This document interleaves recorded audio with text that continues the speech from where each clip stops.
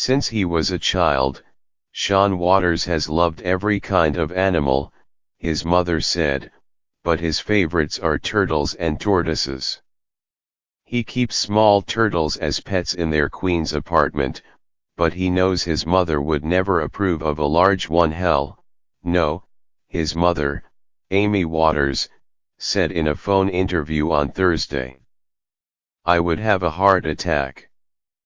Besides, Mr. Waters, 37, got in trouble the last time he came in contact with a large tortoise. That episode led to the 6-month jail term to which Mr. Waters was sentenced on Thursday. The reptile in question was a 95-pound African spurred tortoise named Millennium, the star attraction at Alley Pond Environmental Center, a Queens nature center popular with children. On July 17, someone cut a hole in the fence around his enclosure and snatched him. According to his mother, Mr. Waters did not steal Millennium, but was approached on the street after the theft by men carrying the mammoth reptile. A deal was made, and Mr. Waters led the tortoise away in a shopping cart, she said. Mr. Waters did not take Millennium home, perhaps because he was too big for the apartment or because he knew his mother would have been angry. Either way, he found a way to offload Millennium, a 2.5-foot long, 2-foot wide behemoth who loves watermelon. A man in Stamford, Con, had placed an advertisement on Craigslist offering to sell a musk turtle. Mr. Waters called and offered to swap reptiles, according to the Queens County District Attorney's Office. Without a car, Mr. Waters hopped on a Metro North train to Connecticut with Millennium, who was still riding in the shopping cart, Ms. Waters said. Mr. Waters got off at the Fairfield train station, where the man had been waiting. Mr. Waters gave him Millennium, who the Nature Center said was worth $2,500, and the man handed over $300 and the musk turtle, according to the district attorney's office. At this point in Millennium's disappearance, the staff at the Alley Pond Environmental Center had discovered he was gone, noticed the hole in the rear fence of his enclosure and called the police.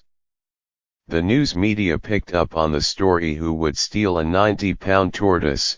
An anchor on WABC TV in New York said on its newscast one day after the theft.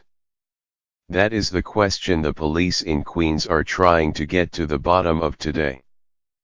Back in Connecticut, Millennium's new owner started to see all the news coverage about a missing 17-year-old tortoise in Queens. Believing he might have stolen goods, the man called the police. It did not take long for a detective to get to the bottom of the case.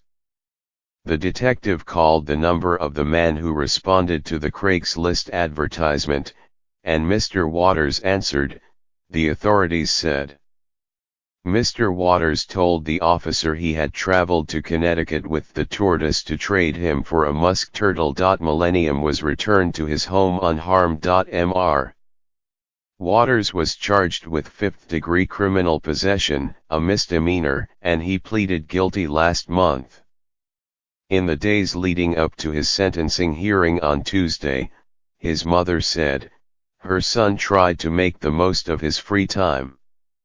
He recently spent a day exploring sites in Manhattan with his 16-year-old daughter and has been telling his mother not to worry about him when he is in jail. On Thursday morning, Ms. Waters drove her son to court in Queens, but she said she was too upset about the whole ordeal to be in the courtroom for the sentencing.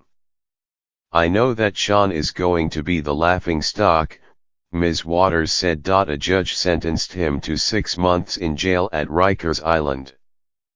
Mr. Waters, who lost his job and license as a security guard after his arrest, hopes to get his license back when he is released, his mother said. About 12 hours after her son started the sentence, Ms. Waters said in the phone interview that she was struggling to accept that her son was now sitting in a jail near people accused of violent crimes. He's not a murderer or a drug dealer, Ms. Waters said in an interview.